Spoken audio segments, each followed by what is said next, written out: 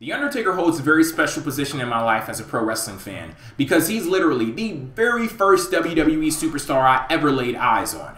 When I was a kid, back in the Attitude Era during his ministry days, there was no boogeyman. He was the creature hiding under my bed and in every dark corner and in the closet and in the basement.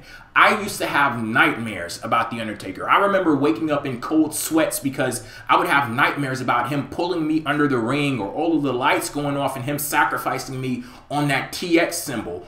Seriously, it was still real to me, damn it. But as terrified as I was of the Lord of Darkness, the mystique of his persona was one of the reasons that I kept coming back to Raw after that very first time that I watched, and it eventually helped me turn the tide from WCW in favor of WWE during the Monday Night Wars. And as I grew older, I was able to witness history in the making. Just as I bought into what I hail as undeniably the greatest gimmick of all time, I also bought into The Undertaker's spotless record at WrestleMania, known to us all as The Streak. The history of Undertaker's WrestleMania winning streak is rife with great matches and storytelling, especially within these last few years, that are worthy of the emotional investment of fans. Undertaker's Hell in a Cell match with Triple H at WrestleMania 28 sits at the very top of my list of favorite matches of all time, with that super kick and pedigree combo where Triple H pins him and Shawn Michaels starts to count 1, 2, and just before you get to 3, The Undertaker kicks out and Shawn Michaels loses his fucking mind because he's like, oh my god, I just showed my hand and I tried to screw The Undertaker out of his streak and he caught me. He kicked out. What the fuck am I gonna do now? That is single-handedly the greatest moment in wrestling history for me. And it's because of my respect for the streak that all of that was made possible. And it's also because of my respect for the streak that I expressed disdain in the way that it ended. When Brock vs. Taker was announced for WrestleMania 30, I had this sneaking suspicion in the back of my mind that Brock Lesnar just may be that one to finally defeat The Undertaker at the Showcase of the Immortals. But dare I mention it because A, I didn't want to be laughed out of the fucking building, and B, as the week started to roll on and the build-up revealed every single uninspiring and disastrous detail, I started to think, WWE's creative team isn't stupid enough to have the greatest title in professional wrestling history end like this. There's no chance in hell WWE would have Taker lose with this terrible build, right? Well, yeah, about that. Apparently, I was wrong. The magic in booking the streak is creating just enough space for fans to place their suspension of disbelief. I go into every single WrestleMania with the foregone conclusion that Undertaker will win, but if WWE does a great enough job with the action in the match, and most importantly, the build-up preceding it, then I'm foolish enough to believe that his opponent actually has a chance. And that foolishness leads to entertainment and excitement as I lose my mind when the person hits their finisher on The Undertaker and they pin him and he kicks out and you have that near fall there. Just as I was talking about earlier on with that moment with Undertaker, Triple H, and Shawn Michaels as a special guest referee. That shit is exciting to me. Even though I went into the match saying, yeah, Undertaker is going to win. But they fool me in those moments there where it's like, damn, he just may beat him there. And that's exciting. And it proves that the streak is a textbook case of predictability not always being a bad thing. For better or for worse, Brock Lesnar ending the streak at WrestleMania 30 was arguably the most shocking scripted moment in professional wrestling history. Even within the first 24 hours after the match, there were already many lofty historical implications being placed on the moment, prompting wrestling fans around the world to remember what you were doing and remember where you were when the streak ended. Do you want to know what I was doing during the match? I was on Twitter thinking, fuck this shit. Because I didn't care. Hey, they didn't put any effort into building the match, so why should I put any effort into paying attention to it or caring about it or being invested in anything that happened? And what did happen that I actually paid attention to, it was irrelevant. When Brock Lesnar had Undertaker in the Kimura lock, I was sitting there and I was looking at Brock Lesnar's face and I was wondering why when his entire face turned red, his eyebrows stayed the same color. The fact that that is what I was thinking about during the match it proves that I had absolutely no doubt in my mind whatsoever that The Undertaker would prevail.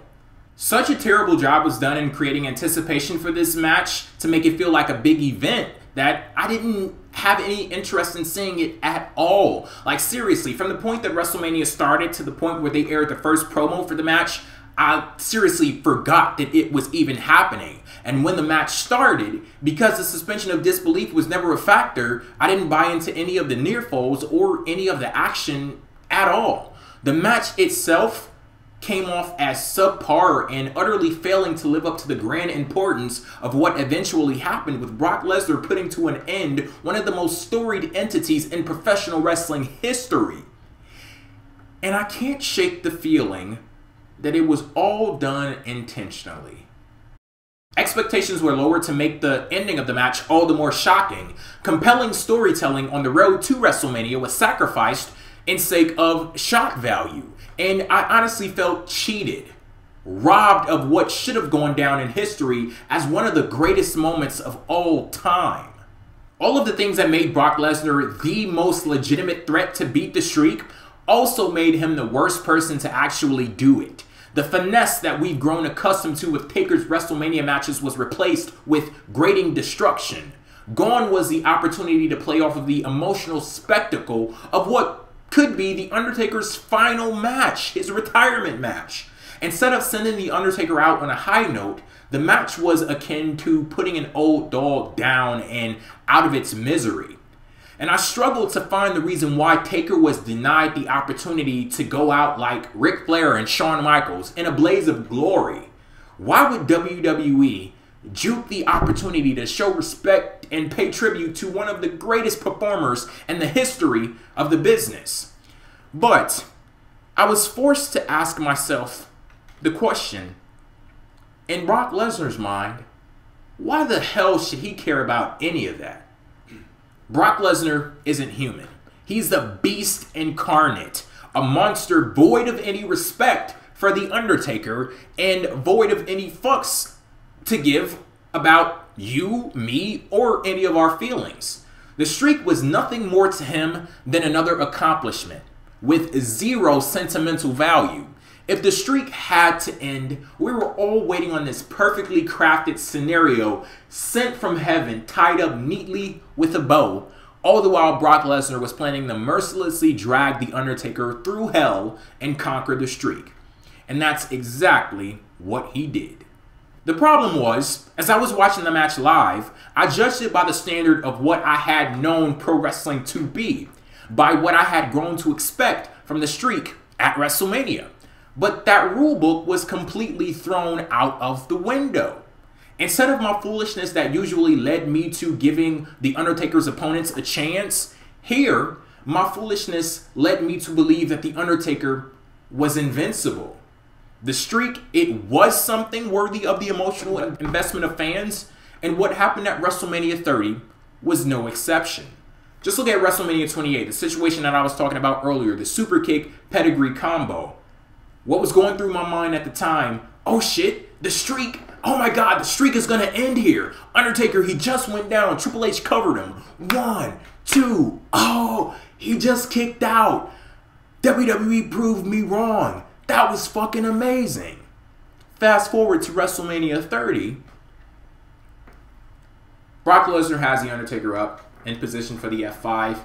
He hits him with the F5. He pins him. I'm sitting there like, Undertaker is going to kick out of this. He's invincible.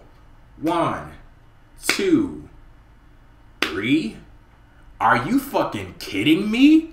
What the fuck just happened? I thought The Undertaker was invincible. WWE proved me wrong. That's that emotional investment there. But the only difference between the situation with WrestleMania 28 and the situation with WrestleMania 30, that emotion was disgust, outrage, anger, disappointment. And on top of the fact that the streak just ended, people were outraged about the fact that The Undertaker didn't look good during the match. He looked old, broken down, just old as hell and flat out terrible. And guess what? The outrage and every single thing that led to that outrage It was all a part of the story that was being told. The Undertaker is the embodiment of a tragic hero. Someone that brings on their own demise because of a mistake that they made. His mistake was challenging Brock Lesnar. His mistake was buying into his own hype that he was some kind of mythical deity. And I bought into it too. And so did most of you. People were going nuts, just completely out of their minds, grasping for straws and trying to rationalize what they had just seen. Undertaker, he had a concussion. He was hurt. He called an audible in the middle of the match. Lesnar went into business for himself. This couldn't possibly be planned. Undertaker, he was not supposed to be defeated. Brock Lesnar was not supposed to end the streak. You so heavily bought into the myth. Me and you, we so heavily bought into the myth of The Undertaker that we had to escape the realm of WWE just to try to find answers. All of you who were shocked and outraged by the ending, you helped define the narrative of the match. The story was right there in front of us. We just didn't want to accept it.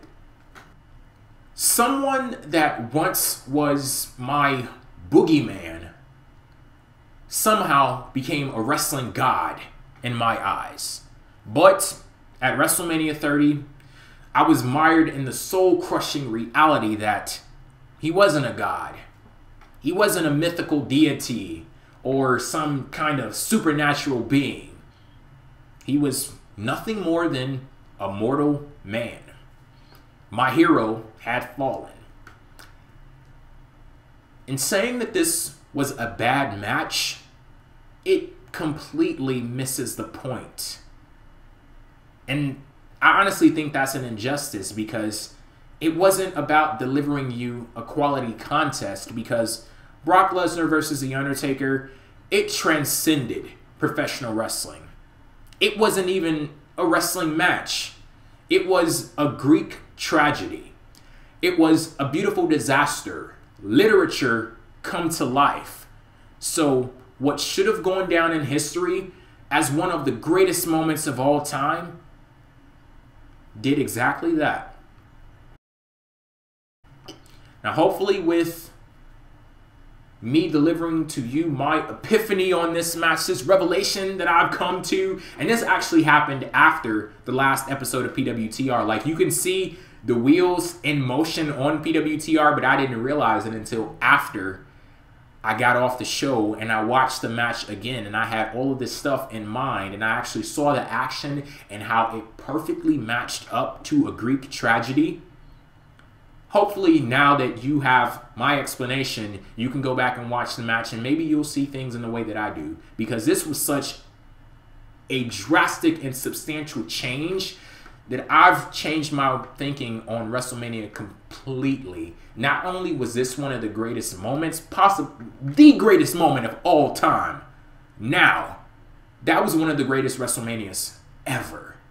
Seriously, like, that's how serious this shit is for me. So, I don't know. Maybe you'll take into consideration what I said, or maybe you'll just look at me like, this is fucking bullshit.